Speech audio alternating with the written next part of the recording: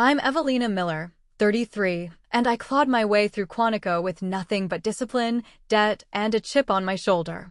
For years, I supported my fiancé while deployed, sent every dollar home, trusted him with everything. But when I came back to an empty apartment and a drained account, I made a decision that changed the course of my life. Ever been betrayed by someone you built your future around? Drop your story in the comments. Trust me, you're not the only one. Before I dive in, let me know where you're watching from. And if you've ever had to take justice into your own hands, hit that like button and subscribe for more real stories about standing tall when others try to knock you down. What happened next? Even I didn't see coming. My name is Evelina Miller, and I've worn a uniform for most of my adult life. Discipline wasn't something I had to learn. It was the air I breathed growing up. My father was Army. So was his father. My older brother, too. Service was how the Miller family defined contribution. There were no family businesses, no generational wealth. Just calloused hands, long deployments, and the idea that doing something hard and thankless could still be honorable. I enlisted right after college. Not because I didn't have other options, I did, but because I felt like I owed something. To the country, to my family, to the kind of stability the military had always represented in my life. ROTC had paid for school, and by the time I graduated, I was ready to trade lecture halls and late-night cram sessions for boots, sand, and structure. I joined the Air Force as a security forces officer. It was demanding, but I loved it. The expectations were clear, the standards high, and there was something deeply satisfying about earning respect in a world that didn't hand it out easily. It was during basic that I met Ryan. He wasn't military, he was working logistics for a defense contractor near the base. We met during a volunteer community cleanup project where our units crossed paths. He offered to help me carry a box of bottled water to my truck and cracked a joke about how I looked like I could bench press him. I didn't laugh, but I smiled. That was rare back then. We ran into each other again a few weeks later at the local gym, and this time he asked if I wanted to grab coffee after our workouts. That first conversation lasted 3 hours. He asked about my deployment schedule, what books I liked, why I chose security forces over other career fields. It was easy. Study. Like taking a breath after holding it for too long. Things moved quickly. Within 4 months, we were spending most of our free weekends together. He was grounded in a way that drew me in, not flashy or overconfident, just kind and consistent. While most of the guys I dated before Ryan struggled with my job, he leaned into it. Said he admired what I did. Never made me feel like I had to choose between ambition and affection. When I was selected for my first overseas deployment, he didn't flinch. "I'll be here when you get back," he said, holding my hand the night before I flew out. "We're a team." That word stuck with me. Team. Before I left, we made a plan. We'd start saving seriously for a house, maybe something near the base in San Antonio where I was hoping to be stationed next. We opened a joint account. I set up my pay to deposit directly into it. He took care of the rent on our shared apartment, the bills, the paperwork. I left copies of everything with him, bank info, insurance docs, even a draft of my power of attorney in case something happened. It wasn't blind trust. It was calculated. We talked through every step. I still remember how careful he was the day we set up that account. Sat next to me at the credit union with his arm draped lightly over the back of my chair, nodding along as the banker explained interest rates and savings yields. When I signed, he gave my hand a reassuring squeeze. This is for our future. Deployment was grueling. 16-hour shifts in heat that melted the soles off cheap boots. I ran patrols, responded to base intrusions, wrote reports until my fingers cramped. The days bled together. I slept in snatches. I ate standing up more often than not. But every time I got a letter from Ryan, it felt like the world paused for a second. He wrote about missing me, about looking at houses online, about how he started cooking more and cut back on takeout so we could save faster. I didn't just believe him, I needed to. We'd talk every Sunday if the comms held. He always asked how I was sleeping, whether my unit was treating me well, if my boots were still holding up. I'd give him updates on what I could, mostly the mundane, sanitized details, and he'd fill in the blanks about life back home. He said the apartment felt empty without me, that even our cat seemed depressed. He was careful never to sound whiny or clingy. Just patient. Present. The money kept building. I was meticulous about tracking it on my end, checking the balances every time I could snag secure access. Ryan and I had agreed we wouldn't touch it until we hit a certain number, enough for a down payment, some emergency cushion, and a few months of overlap to transition when I got back. He started sending me links to homes in neighborhoods we talked about. Sent photos of open houses he'd toured, scribbled notes in the margins about layout, traffic, school ratings. It was never pushy, just thoughtful. Sometimes he'd text me snapshots from hardware stores, paint swatches, backsplash tiles. Too modern, he'd write. Or future kitchen vibes?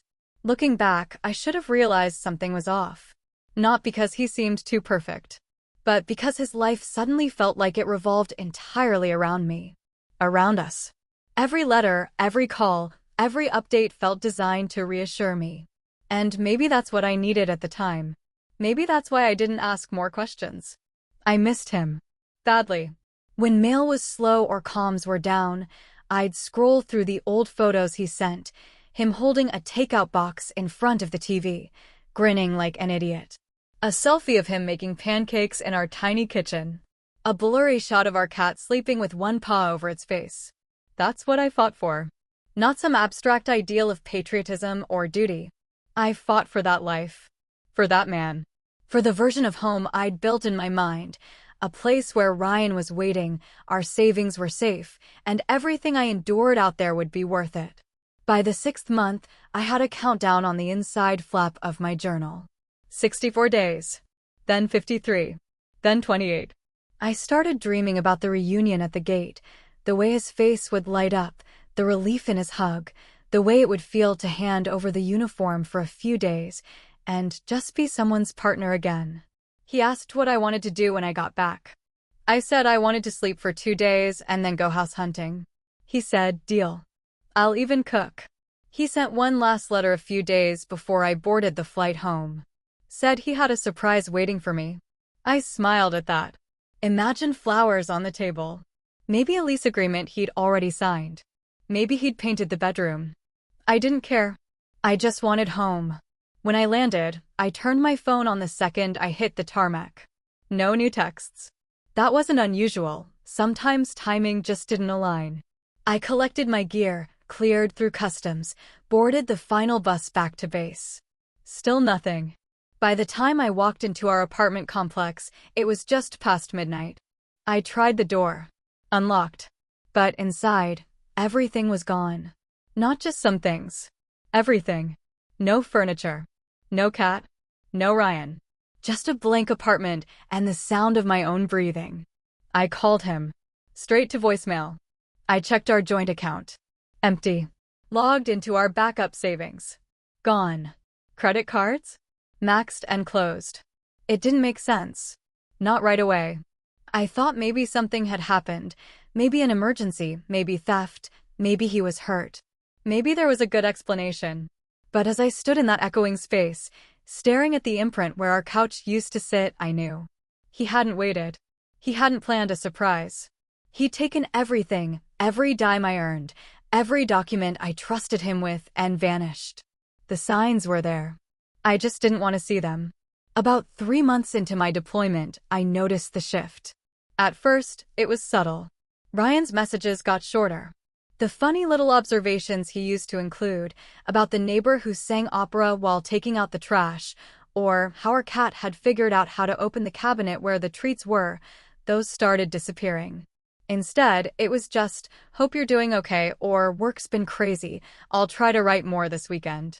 When I asked how things were going with the house search, he said he'd paused for now. Not much worth seeing, he wrote. Better to wait till you're back so we can decide together. That made sense. Logical. Considerate, even.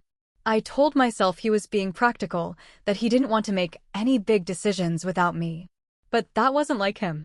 He'd been so eager before. He stopped mentioning little things. The errands he ran, the meals he cooked, the shows he was watching. At one point, I realized I didn't even know where he was living. We had agreed he'd stay in the apartment until my return, but the last few letters made no mention of it. I asked outright in a message, "Are you still at the place on Grant Street?" No answer. A few days later, he responded to a different question I'd asked, something about whether the bank had sent the updated account info to the P.O. box, but ignored the one about the apartment. That became a pattern. Avoiding specifics. Answering just enough to keep me from asking more. I chalked it up to stress. The time difference. His job. Then he missed my birthday. No card. No email. Not even a text. For 7 years, Ryan never forgot my birthday. Not once. He used to make such a big deal out of it, even when we were broke, even when I told him I didn't care. One year, when we were both working double shifts and barely saw each other, he packed a lunch for me with a note inside every Tupperware. One said, "Start here," the next said, "Don't cry," and the last one had a tiny folded paper heart with a ring pop taped inside. It was dumb and perfect and very Ryan. So when my birthday came and went with nothing, not even a belated message, I knew something was wrong. I tried to reach him. Left a voicemail. Emailed. Texted. 2 days later, he replied with a single line, "I'm sorry, I've been slammed at work. Happy late birthday." That was it. No explanation. No voice message. No, I hate that I missed it. Just an apology with no weight behind it. I remember sitting on my cot that night, reading that line over and over. I told myself not to spiral. I'd seen people lose relationships over distance and poor communication. I didn't want to be one of them. He wasn't a bad person. He was just under pressure. We both were. A few weeks after that, a mutual friend, Jeremy, sent me a message. Said he'd run into Ryan at a bar downtown. "He looked good," Jeremy wrote. "Didn't realize you were back." I wasn't. I stared at that line for a long time. I asked what made him think I'd returned. Jeremy said Ryan had been out a lot lately. That he was usually with the same group of people, some guys from the gym, a few new faces. Said he seemed different. Not bad, just not like himself. I asked if he'd mentioned me. Jeremy took hours to respond. Then he just said, "Not really." The next time I managed to call, Ryan didn't pick up. I tried again the following day. No answer. That weekend, I sent a long email. Not angry, just honest. I said I'd noticed he seemed distant. That I was worried. That I missed him. He replied 3 days later. "I'm sorry," he wrote. "I guess I've just been feeling a little off.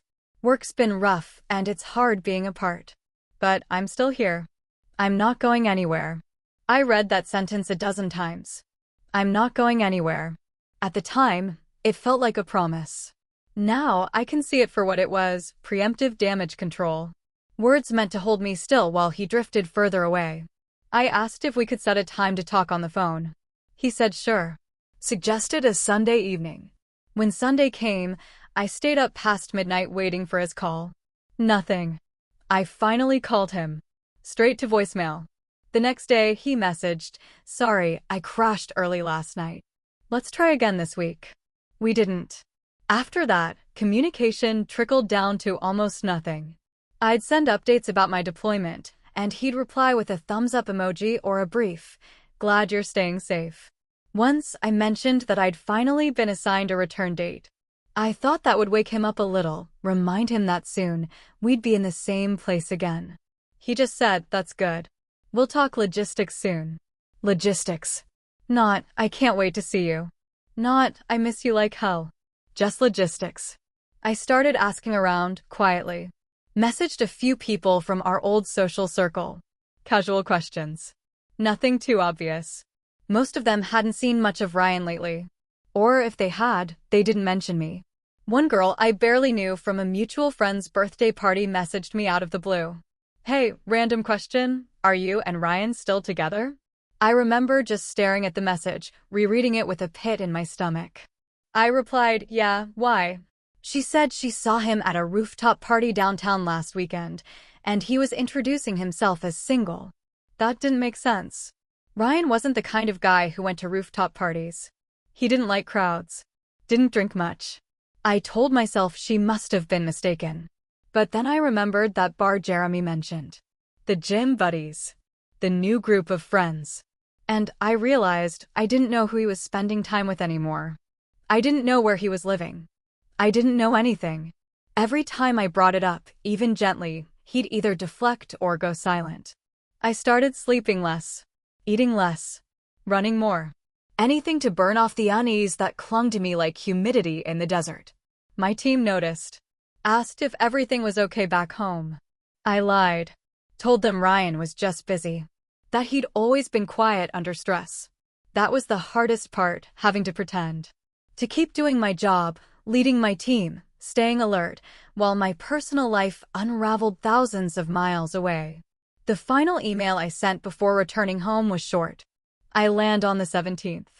I'll take a cab to the apartment unless you're around. He didn't reply. By then, I wasn't surprised. I didn't want to believe it. But somewhere deep down I knew he wasn't the same man I left behind.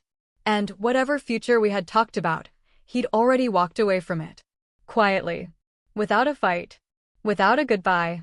The flight home felt longer than the entire deployment. Maybe because I wasn't distracted by the constant hum of duty. No radios chirping, no bass noise to drown out thought.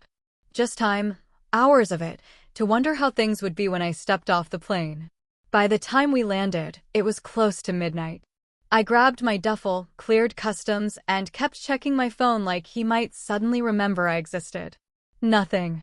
No missed calls. No texts. I told myself he probably fell asleep waiting. The apartment complex looked the same, quiet, dimly lit, the same cracked sidewalk leading up to our unit. I punched in the door code with muscle memory. The lock clicked. The moment I stepped inside, I knew. No smell. No sounds. No trace of a life shared. The living room was empty. No couch. No bookshelf. No framed photo of us in Sedona. Just dust outlines where the furniture used to be. I dropped my bag at the door and walked from room to room like I was touring a stranger's home. The kitchen had a single fork left in the drawer. The bedroom was stripped to bare carpet. No sheets. No clothes. No note. I stood there for a long time. Not moving. Not thinking. Just standing in the echo of what used to be a life. When I finally pulled my phone out, I called him. Straight to voicemail. I tried again. Same result. I checked our joint bank account. 0. Savings. 0. The line of credit we'd opened together for emergency repairs? Overdrawn. My heart was pounding, but my hands stayed steady. I logged into our shared email, the one we used for apartment bills, planning, anything joint. Password changed. I tried the backup account I rarely used, the one where I kept a small savings buffer just in case. Gone. Closed 3 weeks ago. I sat on the floor of the empty living room and stared at the numbers on the screen. Every single dollar I'd earned during my deployment, months of double shifts, missed holidays, blistered hands, sunburnt skin, sleepless nights, was gone. At first, I didn't even cry. It felt too big, too sharp. Like my brain refused to compute it. When I finally stood up, I pulled my laptop from my duffel. I logged into my credit profile. It didn't even look real.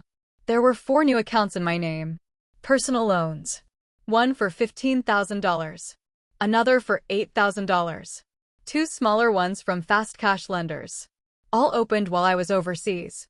There were late fees. Missed payments. Defaults.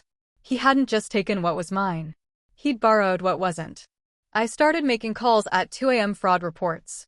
Account disputes. I filed a police report online with the little information I had, his full name, date of birth, social, last known address. I included screenshots. Account numbers. Dates. The officer I spoke to the next morning sounded sympathetic, but not surprised. "I'll be honest," he said. "This kind of thing happens more than you'd think. Especially with service members." I knew what he meant. Trusting someone to take care of things while you're deployed is common. So is coming home to betrayal. They took my statement and opened a case. But they warned me there wasn't much they could do unless I could locate him. I tried. His phone was disconnected. His personal email bounced back. Every one of his social media accounts was deleted or wiped. I called his last known workplace, the the defense contractor near the base. He doesn't work here anymore, the receptionist said. No forwarding info. I tried his mother. She and I had only spoken a few times, but I figured if anyone knew where he was, it'd be her. The number rang 3 times, then went to voicemail. I left a message. She never called back. The silence was somehow worse than a confrontation. There was no yelling. No tearful goodbye. No explanation. Just the cold precision of someone who planned their escape while you were too far away to stop them. I kept thinking about the letters he'd written. The way he described our future. The links to houses. The talk of backsplash tiles and kitchen colors. Every detail had felt real. Tangible. And now I couldn't tell whether he ever meant a single word of it. My command got wind of the situation within the first week of my return. Not by choice, I was flagged for a credit issue during a routine security check. Someone from personnel pulled me into an office, handed me a manila envelope, and said they needed to review my finances. I sat there, trying to explain that the loans weren't mine. That I didn't take out thousands of dollars while deployed. That my credit score tanking wasn't a sign of instability. The woman just nodded, flipping through papers, taking notes. "We'll mark the file," she said. "But I have to be honest, this may delay your clearance renewal." That was when I finally broke. Not at the apartment. Not at the bank. But in a beige office chair under fluorescent lights, being told that someone else's betrayal might cost me the only career I'd ever wanted. I called a friend from training, Lauren. She picked up on the second ring. "You back? I need a place to crash." She didn't ask questions. Just gave me the code to her garage and told me to let myself in. That night, I sat on her couch with a legal pad, writing down everything I could remember. Dates. Account numbers. Emails. Messages. I wasn't thinking about revenge. I was thinking about survival. How to fix my credit. How to report the fraud to every bureau. How to talk to a JAG officer without falling apart. I spent the next 2 weeks filling out paperwork. Fraud affidavits. Identity theft claims. Letters to lenders. Every call started the same way. "I'm calling to dispute charges made in my name without my consent." And every time I said it, I hated how calm I sounded. Like this was just a clerical issue. Not a complete unraveling of trust. I started keeping a file, one of those expanding folders with tabs. Every form. Every report. Every copy of every screenshot. I labeled it with his name. Not out of anger. Out of necessity. I needed to keep it straight. Because Ryan wasn't a person anymore. He was a case. A debt. A shadow I had to keep chasing down. One morning, I received a letter from a collections agency. They were demanding payment for one of the loans, $8,000 plus interest. The envelope had my name on it, my address, and a note inside that read, "Final notice before legal action." I stared at it for a long time before placing it carefully into the folder. It didn't matter how it started. The man I thought I'd marry had stripped my life bare and disappeared. And if no one else was going to hold him accountable, then I would. I didn't tell my sister the whole story when I showed up at her door.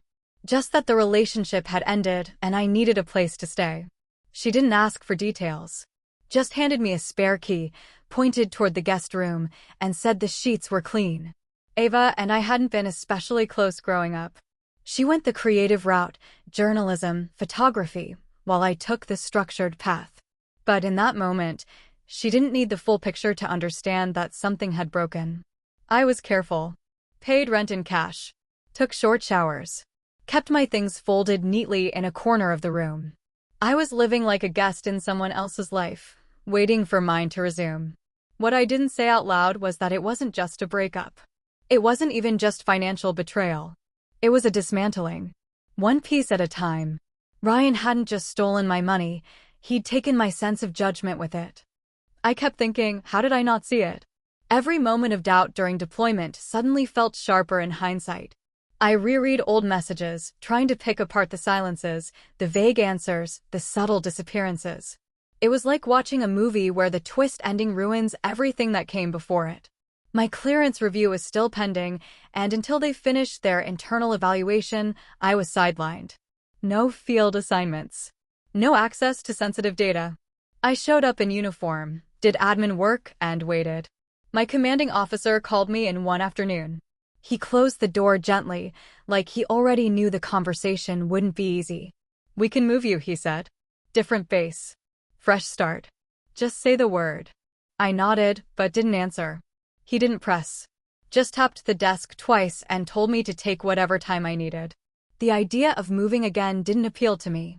I didn't want to pack another duffel bag or transfer files to another station. I didn't want a fresh start. I wanted something irreversible. Something that didn't rely on who I had been with him. That's when I remembered Quantico. I'd considered the bureau once before, right after undergrad. But I'd chosen a different path. Shorter training. More immediate deployment. At the time, I thought action was the best way to prove myself. Now, I needed something more permanent. Something that didn't just get me out of this moment, but kept me out.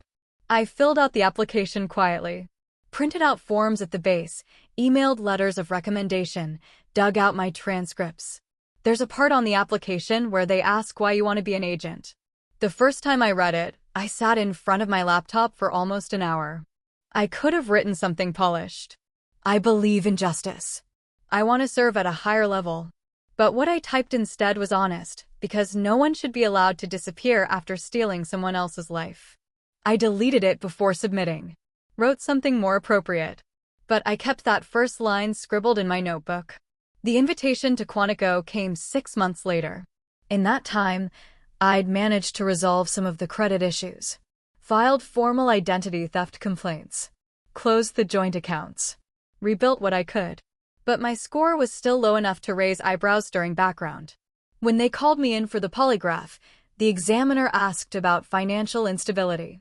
I told him the truth. My ex-fiancé took out loans in my name while I was deployed overseas. I've been clearing it up ever since.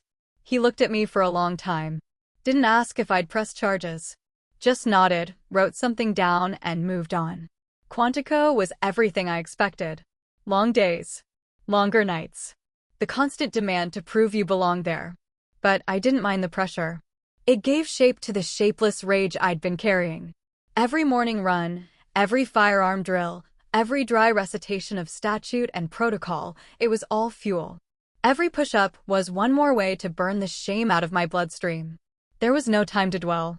Between coursework and training rotations, we were pushed to our limits. If you couldn't keep up, you were cut. Most people there had something to prove. Some came from military backgrounds like mine. Others were former prosecutors, forensic analysts, local law enforcement. But all of them carried the same edge, this sense that justice wasn't just a concept. It was personal. I didn't talk about Ryan. Not to my instructors. Not to my classmates. When someone asked why I was there, I just said I was ready for the next chapter. That was true. But it was only half of it. The other half lived in my bones. I couldn't go back to being someone who believed people were what they said they were. I couldn't forget the way silence had replaced promises. He'd left me in an empty apartment, bank accounts drained, credit destroyed. And no one, not even the police, had been able to track him. But I was learning how. Learning how to follow trails. How to read digital footprints. How to interpret banking patterns. How to detect deception without needing a confession. The more I trained, the more I realized I didn't want him back. I didn't want revenge. I wanted clarity. I wanted to be the kind of person who could see it coming next time. The kind who wouldn't mistake patience for deceit. By the end of the program, I'd earned my credentials. Security clearance reinstated. Financial issues annotated and resolved. I still remember the moment I was issued my badge. It was smaller than I thought it would be. Simple. Clean. But when I held it in my hand, it felt like weight. Like proof that I hadn't just survived what he did, I'd built something from it. People talk about healing like it's a return. For me, it wasn't. It was a construction. Brick by brick. Push-up by push-up. Page by page of case law. Every time I stared down a suspect during training, I imagined the way Ryan used to look when he talked about our future. Calm. Confident. Convincing. And I thought, I know what you look like now. Not because of the heartbreak, but because I learned to see what was underneath it. I didn't need an apology. I needed to become someone he'd never see coming. And I was almost there. In the bureau, I kept things separate. Work was work. Personal history didn't enter the room. When people asked why I joined, I gave the standard answer: career growth, public service, the challenge. It wasn't a lie, but it also wasn't the truth. No one knew what had happened with Ryan. Not my partner during field rotations, not my supervisor, not the handful of people who actually liked me enough to ask about my life before the bureau. I gave them the polished version: prior service, single, no kids, focused on the job. That was enough to keep questions at bay. I didn't need sympathy. I needed leverage. By year 3, I'd found my lane. Financial crimes. Everyone wanted to work high-profile threats: counterterrorism, cyber, trafficking. But I liked the numbers. The patterns. The quiet way fraud unfolded, hidden in paperwork and spreadsheets, invisible until someone connected the dots. I was good at it. Not because I was naturally gifted, but because I'd spent the better part of a year untangling the aftermath of my own financial wreckage. I knew what shell accounts looked like. I knew how people disappeared behind business filings and phony addresses. I knew what it felt like to open a statement and not recognize your own life in the numbers. When I made the transfer official, my new SC handed me a thick folder of backlog cases. "Start here," she said. "Most of this is dead ends. But let me know if anything jumps." I didn't say it out loud, but I preferred dead ends. They were cleaner. Less noise. You could trace a problem to its source without the distraction of chaos. I spent late nights at my desk sorting through wire fraud alerts and fake LLCs tied to laundering operations. The Pacific Northwest had become a hotbed for it, shell companies hiding dirty money through real estate deals that didn't make sense. Properties bought and sold in a matter of weeks. Listings that never hit the market. Large transfers with no explanation. It was during one of those nights, just after 11 p.m., half the floor dark, only 2 of us still working, that I saw it. Buried inside a suspicious transaction list connected to a seafood restaurant in Tacoma, there was a name that stopped me cold. It wasn't his full name. Not the one I knew. But the middle initial was the same. The birth year matched. And the handwriting on the document, scanned in from an original business application, was his. I hadn't seen it in almost 6 years. But I knew it. You don't forget the way someone signs their name when you've stared at it on every bank form, lease agreement, and shared tax return. The small flick at the end of the R. The slight tilt left, not right. I double-checked the address. A post office box. Then a restaurant name that hadn't filed taxes in 3 years. Then a matching EIN that showed a different name, a holding company for a short-term rental operation. It was layered. Deliberate. But not quite invisible. I stared at the screen for a long time. My first instinct wasn't anger. It wasn't even shock. It was clarity. That same sharp-edged silence I felt the night I walked into the empty apartment. Except now, I had tools. I flagged the entry. Created a side file. Cross-referenced the name with known aliases. He was using a new last name, one he'd pulled from his mother's side of the family. There were traces of him all over the paperwork. Patterns I recognized. Phone numbers registered to burner accounts. Cash transfers always under $10,000. Shell LLCs registered in Wyoming and Delaware. It was sloppy in a way. Like someone who knew just enough to stay ahead of the average lender, but not enough to stay ahead of the bureau. I spent the next 2 weeks quietly building the file. Every spare moment, I dug deeper. Traced shell companies to shell companies. Created a diagram so complex it needed a second monitor. Eventually, I traced the restaurant ownership to a real holding company, legitimate on paper, but tied to multiple accounts that passed large sums of cash through in irregular intervals. One of those accounts had been used to buy a condo in Portland. The deed was signed under the new name. But the signature, it was the same. I had him. He hadn't vanished. He hadn't gone far. He'd just moved west, changed his name, and rebuilt himself on the same rotten foundation. The restaurant was real. A mid-tier seafood place that did well enough to stay off most radars. I pulled surveillance. He managed it himself, appeared in the footage twice, walking the floor in a pressed button-down, shaking hands with guests. He smiled like nothing had ever happened. I didn't go to my supervisor right away.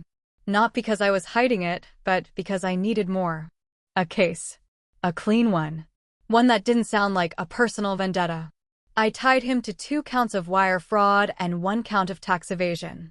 It wasn't enough for a massive takedown, but it was enough to put him in cuffs. When I finally briefed my SC, I kept my voice even. Focused on the numbers. The irregularities. The connections. She nodded along. Then she asked, "How'd you get onto this?" I looked her in the eye. "Something about the paperwork caught my attention," I said. She didn't press. Just handed me the green light. We scheduled the arrest for a Thursday night, just before closing, when the restaurant would be quiet and the staff would be winding down. We had backup. 2 agents stationed outside. 1 inside with me. I didn't need a weapon. Just my badge. When he walked toward the back room, I stepped into his path. He didn't recognize me at first. 6 years is a long time. But then he stopped. His face drained of color. "Evelina," he said. I didn't smile. "Going somewhere?" He looked past me like he was weighing his odds. But he knew. He didn't run. I pulled the cuffs from my belt. "You're under arrest for wire fraud and tax evasion." The staff watched in silence. No one said a word. He didn't ask how I found him. Because he knew. I didn't say anything else. I didn't need to. The silence said enough. He had disappeared. But I had never stopped watching. I didn't move right away. That first night, after spotting his name buried in the restaurant filings, I sat alone in my apartment staring at the case notes I'd started assembling. I could have called it in then. I could have passed the file to someone else, let another agent handle the rest. But that would have meant letting go before the full picture was clear. Before I understood who he had become, and what exactly he'd built out of the life he stole. So I waited. I watched. And I kept building. Over the next several months, I added new layers to the case file almost daily. Business registrations, fake employee rosters, personal transactions disguised as vendor payments. He was clever about it, just enough legitimate activity to keep the books clean enough for banks, just enough obfuscation to keep taxes low. But he was also arrogant. Sloppy. And that made him visible to anyone who knew how to read the shadows. He lived well. Not extravagantly, but comfortably. The restaurant turned enough profit to fund a high-rise condo overlooking the river, a late-model BMW, custom-tailored suits. I traced travel expenses to a resort in Vancouver, a private wine club in Napa, tickets to an out-of-state golf tournament. All charged to accounts hidden under shell names I matched to the fake LLCs I'd already flagged. He wasn't alone anymore, either. A woman showed up in the surveillance footage, brunette, early 30s, always dressed like she was on her way to a launch party. She showed up in reservation logs and credit card charges, always connected to the same transaction patterns. A dinner here. A boutique hotel stay there. I watched them walk through lobbies and parking garages together, arms brushing, her laughing at something he'd said. He held the door open. Tipped valets in cash. Walked like a man who thought the past had disappeared just because he had. There were days I felt something sharp rise in my chest. Not jealousy. Not even anger. Just disbelief. That someone could destroy everything you'd built, vanish without explanation, and then re-emerge like none of it had happened. But I didn't let it guide me. Instead, I focused on the work. We coordinated with the IRS Criminal Division. Shared data with regional banking investigators. There were offshore accounts we suspected he had access to, but we couldn't yet tie them to his name. We needed more. So I kept watching. One night, I reviewed a flagged transaction trail from a payment processing company tied to 2 of his delivery partners. A small charge, just under $500, stood out. It had been routed through an IP address in my home state. Not Oregon. Not Washington. But Texas. I ran it against an old record in my personal folder. The same IP had shown up on one of the devices we'd used together back when I was deployed. That night, he logged in to check a utility bill, probably forgot it was connected to anything else. It was a mistake only someone too confident would make. The next morning, I presented the updated report to my task force lead. He scanned it carefully, then looked up. "You've got him." We had what we needed for a federal warrant, bank fraud, tax evasion, identity theft, and enough supporting evidence to request a full asset freeze. That night, I went home and sat on the edge of my bed for a long time, staring at the copy of the arrest plan on my desk. There was a line near the bottom where I'd written in my request, Agent Miller to assist in primary field contact. It wasn't about revenge. I wasn't planning some grand scene. I just needed to see it through. The Bureau moves precisely. Everything is coordinated. When the arrest was greenlit, we had every angle covered, exits, floor plans, vehicle tracking, staffing schedules. We knew what time he usually closed the restaurant, when he counted the drawer, when he turned the security system on. The night before, I barely slept. Not because I was nervous, but because my mind kept reviewing every page of the case file. I remembered the way his handwriting used to loop too high on the Y in his name. The way he used to twist his wedding ring when he was nervous, back when we were still engaged and trying to figure out where to live next. I remembered the sound of his voice when he promised to be there when I got back. And I remembered what it felt like to walk into an empty apartment and know you'd been erased. But this time, I wasn't the one being left behind. We moved in just after closing. He was in the back office alone. The other agents stood outside the door as I stepped in. He looked up from the register. For a second, he didn't react. Then recognition spread across his face like a shadow. He opened his mouth, probably to speak my name, but I shook my head once, just enough to stop him. "You're under arrest," I said quietly. "Bank fraud. Tax evasion. Identity theft." I moved toward him slowly. No aggression. No performance. He didn't resist. Just nodded. "You found me," he said under his breath. I never stopped looking. I cuffed him. "Read the rights." Stepped aside so the others could escort him out. The woman I'd seen in the videos stood near the bar, eyes wide. She didn't say anything. Just watched as he was led through the front doors and into the night. I stayed back to finish the paperwork. By the time I walked out, the street was quiet. No press. No crowd. Just the steady hum of streetlights and the occasional flicker of a passing car. No one congratulated me. There were no headlines. But I didn't need any of that. Because somewhere in the silence between that empty apartment all those years ago and the moment he sat handcuffed in the back of the transport van, I had already gotten what I came for. Not vengeance. Not closure. Clarity. He had lived like he was untouchable.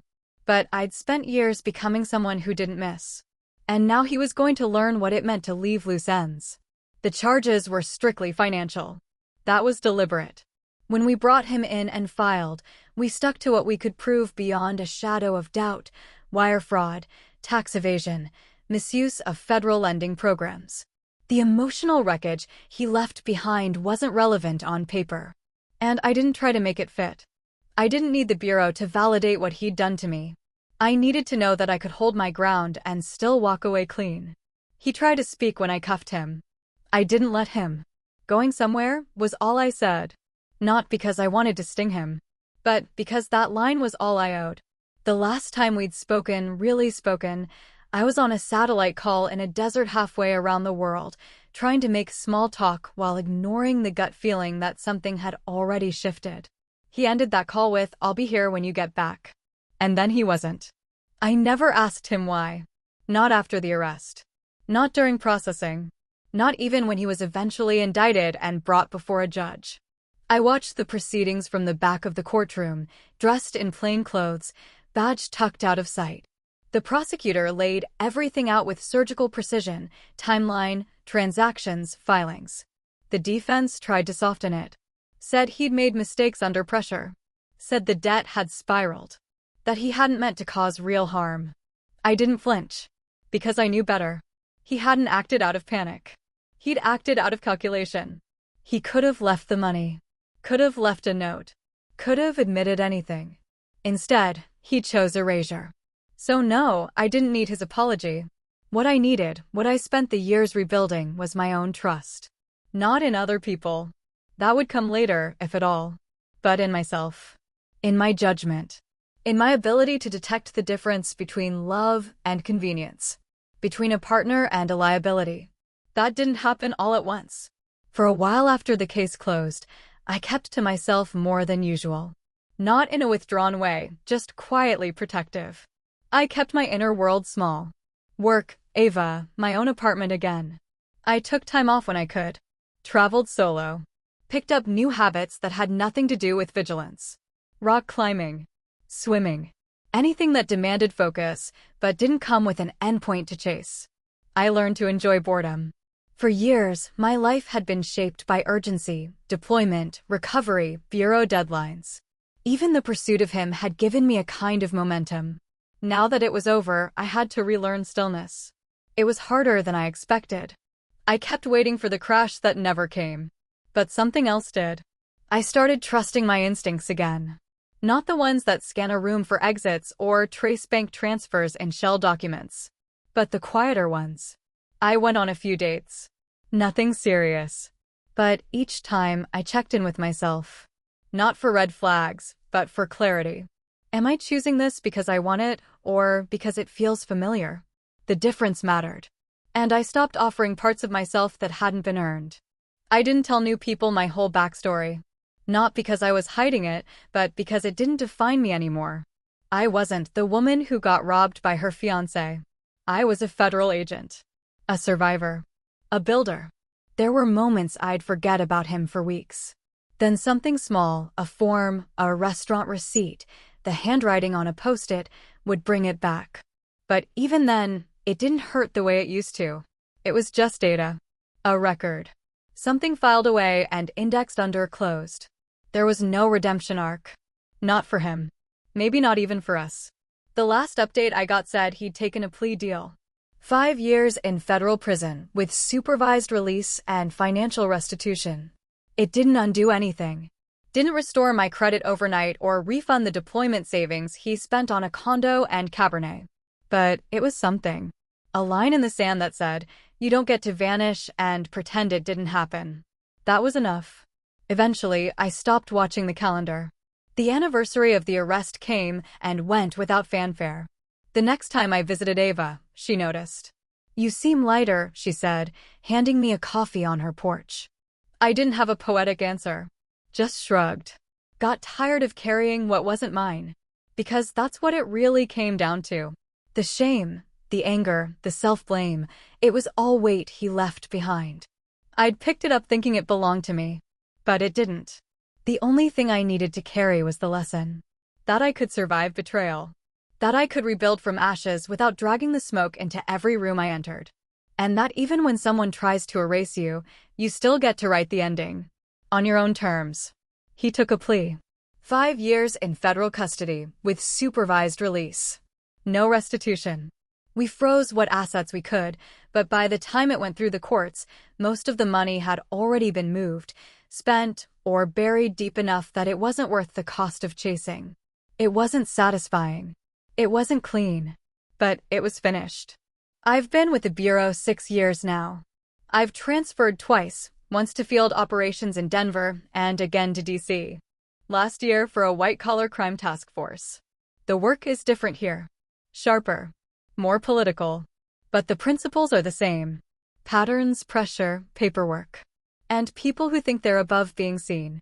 I don't talk about what happened unless it's necessary. If someone asks about my path to the Bureau, I keep it brief. Former military, deployed twice, financial crimes specialization.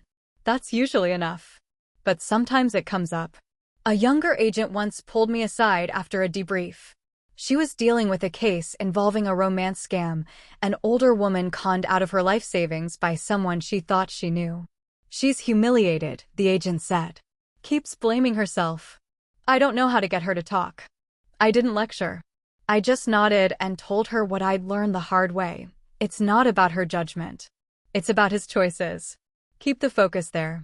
I still carry a photo from my deployment. Not of him, there aren't any left. I deleted everything years ago. The one I kept is of me.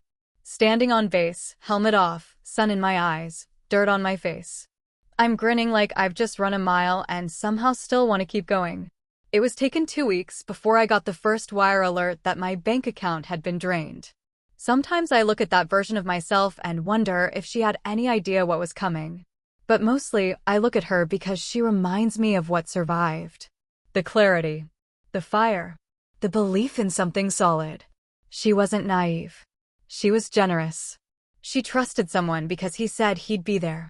That isn't weakness. That's hope. And hope doesn't deserve punishment. It deserves protection. So that's what I do now. I protect people who've been blindsided, who've had their names used, their money taken, their sense of safety turned against them. Because I've been there. And because I know what it feels like when justice doesn't arrive in a headline or a gavel. Sometimes it arrives quietly. No raised voices. No confrontation. Just a small room, a signed warrant, and a pair of steady hands closing cuffs around the wrists of someone who thought they'd never be found. The funny thing is, he never fought it. No appeals. No angry outbursts. Just silence. I don't know what story he tells himself about what happened. Maybe he still thinks he had his reasons. Maybe he tells people I was the bitter ex, out for payback. It doesn't matter. The truth is in the paperwork. And the legacy he left isn't a story worth preserving. But mine is. Because I didn't let it stop me. I didn't spend the rest of my life asking why, or wishing it had been different. I built something better in the space he cleared out. He made room. I filled it. There's something quiet about real closure. Not the dramatic kind you see in movies, just a quiet acceptance that some chapters don't need to be rewritten. They just need to be finished. And mine is. I don't wonder where he is. I don't follow his case. He'll serve his time, then go wherever people like him go when they've burned too many bridges. But I stayed. I stayed and I thrived. I bought a place of my own last year. Small, efficient, no shared accounts. I still keep my passwords written down on paper, tucked into a locked drawer. Not because I'm scared. Just because I respect the lessons. There's power in knowing you survived something designed to dismantle you. There's peace in not needing revenge to feel like you won. And there's clarity in knowing the real justice wasn't just the cuffs or the conviction, it was becoming someone he'd never be able to touch again. That's the part one never say out loud. But I carry it with me every day. Quiet. Steady. Like a badge. Thanks for watching. Have you ever had someone steal from you, not just money but trust? Would you have made the arrest yourself if you had the chance? Or walked away and let someone else handle it? Let me know in the comments. I want to hear how you would have handled it. And if this story hit close to home, don't forget to like, subscribe, and share it with someone who's still waiting for their closure.